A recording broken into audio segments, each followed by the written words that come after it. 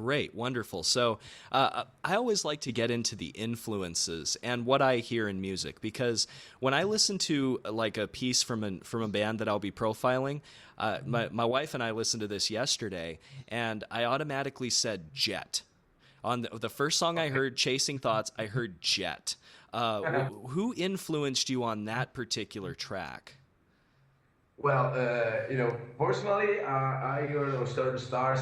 Yeah, maybe that jet or maybe that 70s kind of mood, Uh huh. and yeah, the rough sound and the powerful sound coming from the 70s, from the art rock 70s, from the 70s. Oh, on Chasing Thoughts or See the Stars? Because on See the Stars, I heard Franz Ferdinand quite a bit. Oh, Chasing Thoughts, I think. Yeah, See the Stars. I heard a little bit of Ferdinand, but that's probably because of the off time drum that was on it. If that's the right track I'm thinking of. So yeah, so there's that, and like you said, Led Zeppelin was an influence for you. Tell me a little bit about that, like what your favorite songs from Zeppelin would be, and when you're writing, what do you think of when you think of that Zeppelin vibe? You know, a band like Led Zeppelin or Deep Purple Mm-hmm. or Queen are just big idols for me personally. Mm-hmm. And the way of playing that they developed during the 70s is quite incredible because if you think that during that years they were playing that stuff, it's quite incredible because during that period stuff like that what quite was unheard before. Yeah. And yeah, if you listen for example to the power of some riffs, for example from Kashmir or from I don't know Wall of the Lot, Yeah. it's incredible because not, you or for example from the Purple, if you listen to stuff like Burn or stuff like Speed King, it's Mm-hmm. something that you have never listened before during that period. And Yeah. I think it was incredible. But I think that in that period it was the cultural right moment to play that music Yeah. because there were the roots and to be able to play the music and to be able to make that music be listened from everyone by everyone. Mm. Yeah, because you mentioned Kashmir. Kashmir has, I mean, that song is so powerful even today. When you play Yeah. that song, you don't play it light. You crank it up to 11 and you make it blast. I mean, it has such a powerful mood to it and it's beautiful. I mean, it just, that power and that punch. John Bonham's one of my personal favorite drummers. Very simplistic drummer, but at the same time, he did it right, you know? He did it right. And did you know he recorded those drums in a hallway? Yeah, yeah, absolutely. And Yeah. for example, if you listen to Black Dog, Uh-huh. that drum intro, it's still now it's just incredible because it has a time signature that is quite impossible to play. Yeah, he's so on. He's so on, and it's like you hear Kashmir, and it's a simple boom tap beat, but he's Yeah. so on it that you're like you always end up messing it up. At least I did whenever we covered Kashmir. I always messed it up because it was supposed to be like it's so simple, it's difficult in a way, and he did it so well. Yeah. And the recording and everything. You're absolutely right. Like nowadays, bands can do so much with a simple click of a mouse, or they can put an effect in by pressing a button. Back then, they didn't really have all those things, you know? Absolutely, because I think that drummers like, for example, Bonzo, Mm-hmm. it was so powerful. He was so into the stuff that he was playing, and I think that it's not about technical difficulties or stuff like that. It's more like you what you got, and I think that he was really into what he was playing. He Mm-hmm. really believes in what he was playing, and you can still listen to that right now. Yeah, absolutely. His son does pretty good too as a drummer for Yeah. various different bands, and Yeah, yeah, Jason. Yeah, yeah, yeah. absolutely. So, what other? So you mentioned Queen. What about Queen really gets you? Is it that same simplistic yet complicated type of music? That respect for what they were doing? Is it that kind of thing? Well, Queen and Freddie Mercury, they have been my. When I was a kid, they were my idols and my superheroes because, they were so powerful and they got so much energy, and they were able to be always on the, to be always mainstream.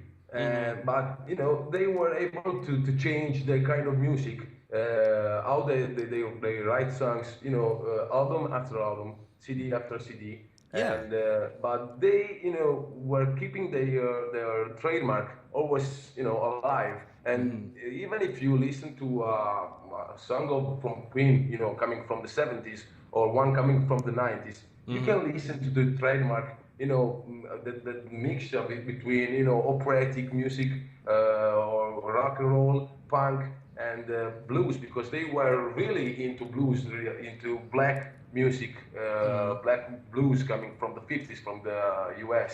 Oh And yeah. so, yeah, absolutely. So you can listen to all those things in their songs.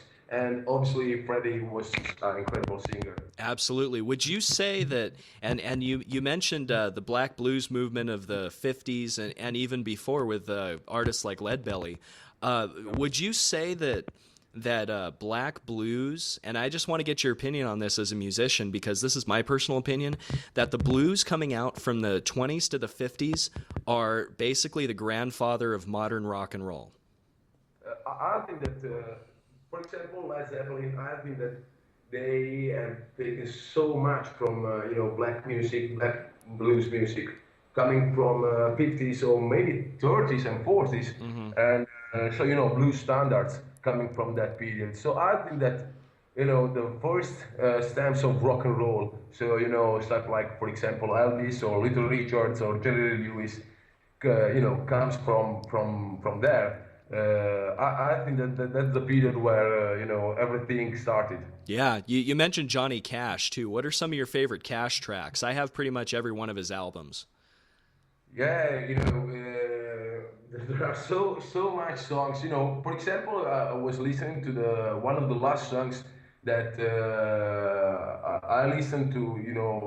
Last year. There is an album, maybe Out Among the Stars. I don't remember the title, the name. Mm-hmm. And after it was an album that was not, it was recorded, but it was not out during the 70s. Yeah. And listening to the song, she used to love me a lot. I think its name. Mm-hmm. That song after 30 years in 2014, 2015, it's wow, it's blessed.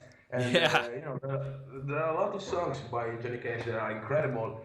For Some Prison, the lyrics of For Some Prison are incredible.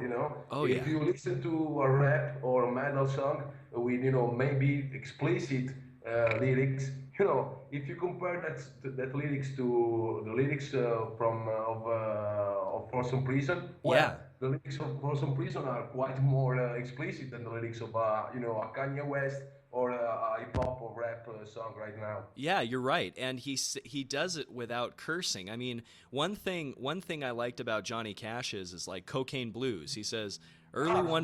early one morning, while hitting the rounds, I took a shot of cocaine and I shot my woman down. It's like Yeah, this absolutely, absolutely, yeah. such power. In Folsom Prison, he talks about the train and how it mocks him and how it hurts him because he knows that the people on that train are free and he's not. He had such a talent for writing simple lyrics that really dug into the pits of your soul, and that's why I really like Johnny Cash, because he Yeah. was so simple in his approach, yet the music hits you. And he had many different periods, and he evolved. And you're right, timeless music, timeless music. Do you have any favorites from today, bands that are currently popping or currently out there, or do you pretty much stick to the classics? Well, personally, I am really into bands like Dream Theater and Avenged Sevenfold, Uh huh. that are more into metal kind of stuff. Right. And so yes, these are the bands, and some bands from Europe, like for example, I don't know, Ad Guy, or maybe some from the US. they are no more playing, but Sabotage, I think that they were incredible. Yeah. It's a great band. I think that that those guys are really incredible. Hmm. And these are the bands that I'm still following. Dream Theater, Avenged Sevenfold, and for Europe maybe Ad Guy. These are the guys that I'm still following. Oh yeah. How about Dragon Force? Dragon Force I don't is. like that that kind Dr- of music.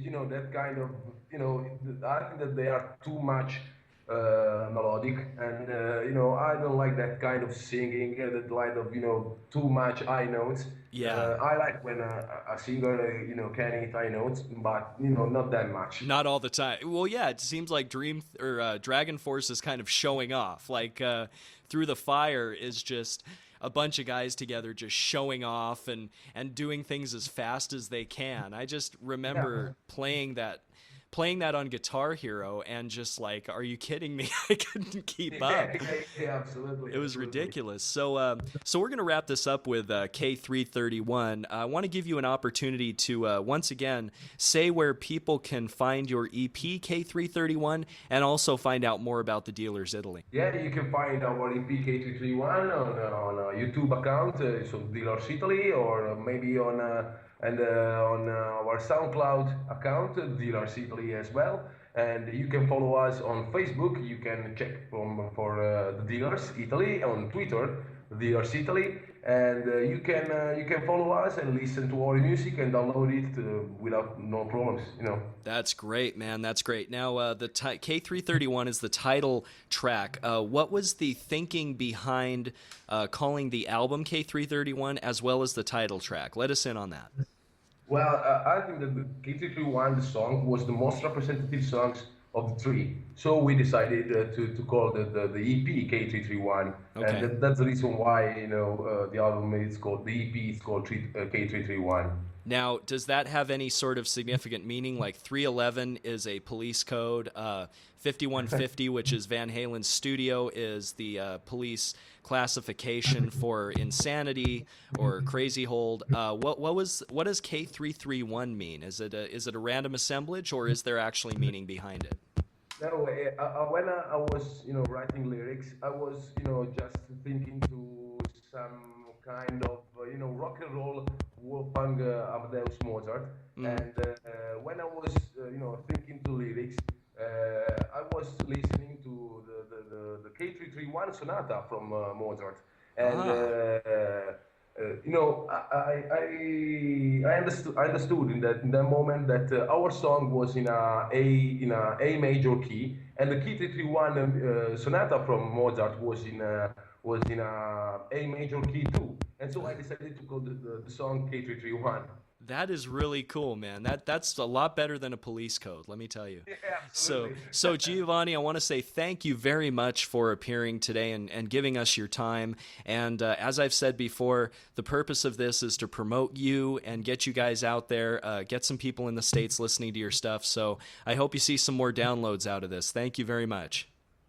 Thank you, Alan. We are really, really grateful for having us to the show, and keep on promoting independent music, everyone. Absolutely, I will. Thank you very much.